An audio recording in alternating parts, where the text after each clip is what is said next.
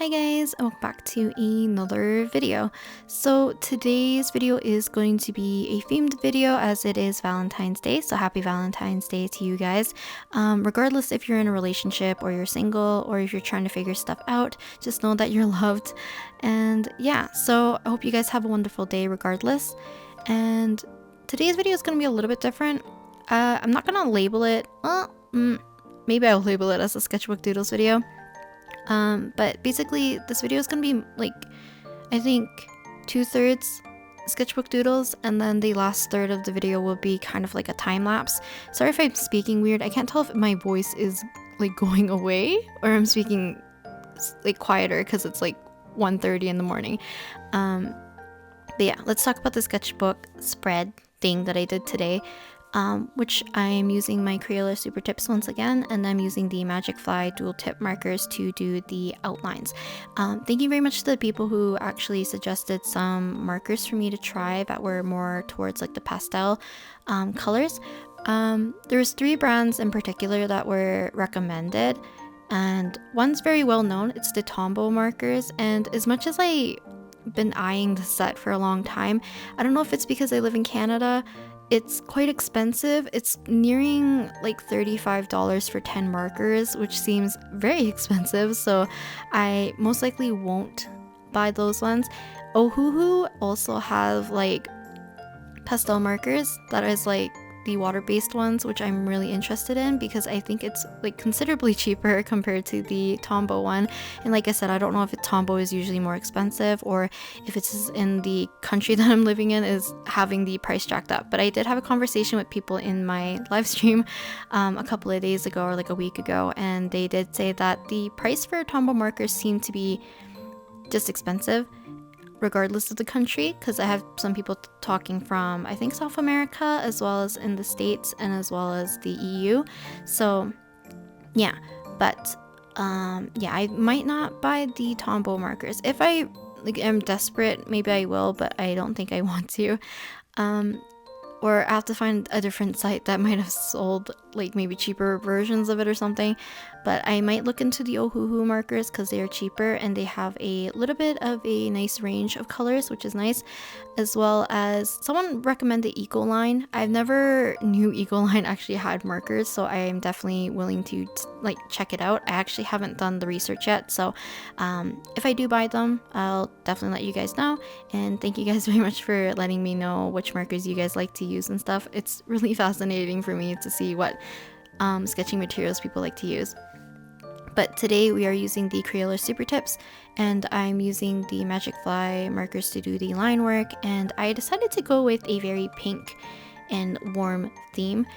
And I decided to draw my current OCs. So we have Masaki as the first one on the upper left, we have Koji on the lower left, and then we have my no-name OC plus Sato as they are a couple, and they are on the right side.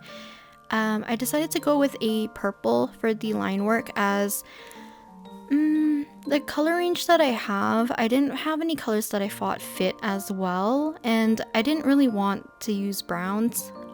Even though they would have fit nicely with these pinks and reds, they would have fit more, I don't know, like they would match a little bit too much for my taste in terms of how I like to doodle, so I decided to go with a dark purple. I chose as dark as I could, but doesn't resemble like a pure black, because if I'm using color, like why make it look like something, like why use a color if it's gonna look like a different color, if that makes sense. So I wanted to use a purple that looks purple but is dark enough to stand over top some of my darker pink areas, and I didn't want to use black this time because I don't know, I feel like if I wanted to use black, I would have used my other pens to do so, but I think this is okay.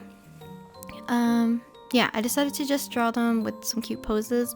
I have Masaki and Koji doing just little heart shape poses. I really butchered their hands, so I do apologize. And I don't really like the doodle I did of Sato and her boyfriend, so in the future I'll do more like coupley pictures. Like I don't draw a lot of characters interacting with one another, and that's kind of like my goal with a lot of these newer OCs that I'm trying to make.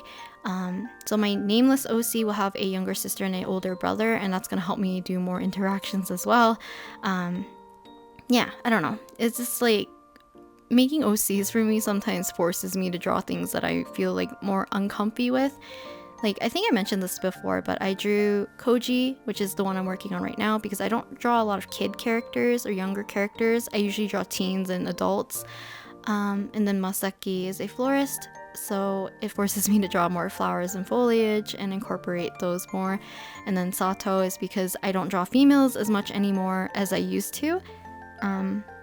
So I'm drawing her more, and then yeah, that's kind of like the basis of why a lot of my OCs come about. And yeah, I've been trying my best to draw them more. I'm gonna work on Koji a little bit more because I still feel off when drawing him, so I think I just need to doodle him more and find like an appropriate outfit for him that will work, because I've swapped his outfit several times, and I'll definitely do like an outfit, changing my OC's outfit video, like another sketching session with Koji next. So yeah, definitely look forward to that eventually. But yeah, I just wanted to do a quick spread, but like I said, the time lapse went by super quick. I think this entire session only took 48 minutes, so when I sped it up, it was very quick. So I didn't want to just leave you guys with like an 8-minute video, so I will jump into a different time lapse just so you guys get a little bit more. And I just thought it'd be fun to add a bit more to like a themed video. And I didn't want to focus too much on Valentine's aesthetic too much. I just like the idea of like warmth and love, I guess, in terms of the occasion. I didn't really want to draw too many like sweets and chocolates.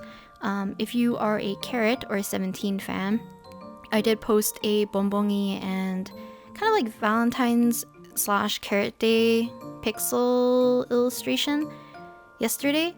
So yeah, I didn't want to do 2 things in a row that were Valentine's-ish looking aesthetically. So yeah, the one I do of, I don't want to spoil it.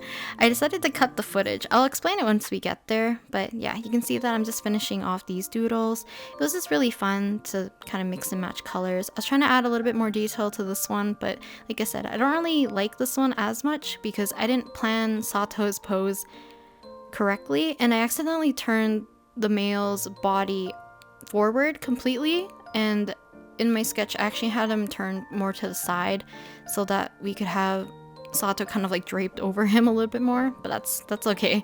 That's on me, and I should just practice more drawing characters interacting, because I believe that's like one of the hardest things people say to draw is drawing 2 people interacting, or like many people interacting, because there's a lot of things to consider.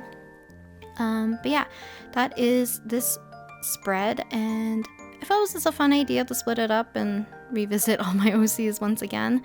And yeah, I hopefully will be doing another spread next week, but we are going to head into the time lapse. So here we go. I'm going to cut this a little bit better, so hopefully I'll do this in post. But yeah, by the way, the music does have like little like pencil noises, so it's not me manually putting in the sounds. So if you're interested in the song or the music, I highly recommend you just check the description. I will link their channel and the music, everything down there. So yeah, you can probably tell I'm drawing my OC Masaki. I'm actually gonna post a couple of pictures or screenshots that I have of 2 previous ideas that I had. So the one that I'm drawing right now was actually my first idea, but I abandoned it because of how to explain this? I had the drawing and keyboard sound ASMR video go up before this one, but I actually had plans to draw this one for Valentine's Day first, but I felt like the other one fit Valentine's Day a little bit more, so I felt kind of stumped.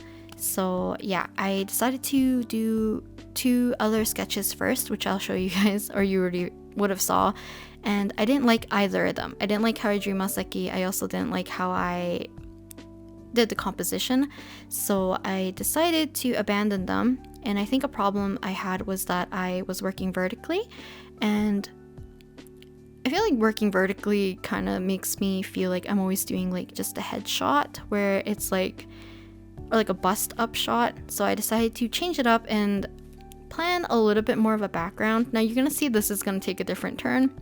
I decided to use the drawing assist to help me get some parallel lines and everything so that we could do a potential background that isn't just Masaki at his like work desk thing and then like a blank wall.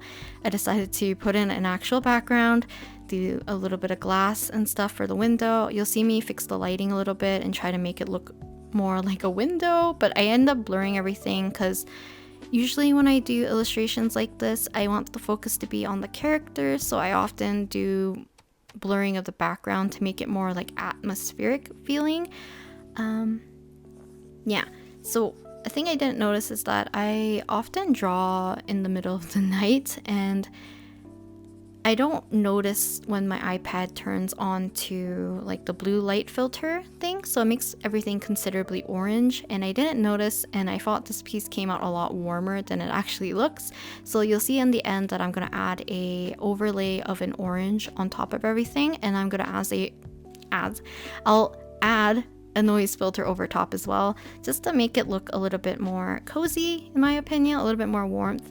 And I kind of wanted the sun to look like it's peering through. I'm not sure if it's just the color I chose or if it's my computer screen, but the window was like reading really bluish green for the glass, so hopefully after I add the overlay it kind of tones it down and it makes it a lot warmer. In terms of the composition, so I have Masaki quite large in the foreground and I have the bouquet just sitting in front. So my idea was just to kind of have him like you're like his last customer of the day and he has his bouquet ready for you, so he's just waiting for you and the sun setting and stuff. I thought it'd be really cute. But like I said, I didn't want it to be too Valentine's focused, so I didn't include like, you know, like heart-shaped boxes of chocolate and all that jazz. I just wanted to leave it as very generic kind of idea of love. Could be friendship, could be, you know, just a gift for somebody you love as a family member, a friend, a lover, who knows. But yeah, I spent a lot of my time rendering the flowers. I did my best. I did simplify a lot of them because I did not have the patience to do a full render of all of them. But yeah, I'm gonna add effects and stuff later to make things read correctly, like the sunlight and the warmth. But hopefully you guys enjoyed today's video and have a wonderful rest of the day, whether or not you celebrate Valentine's Day or just like the aesthetic of Valentine's Day like myself. But I'll talk to you guys next time in the next video. Bye!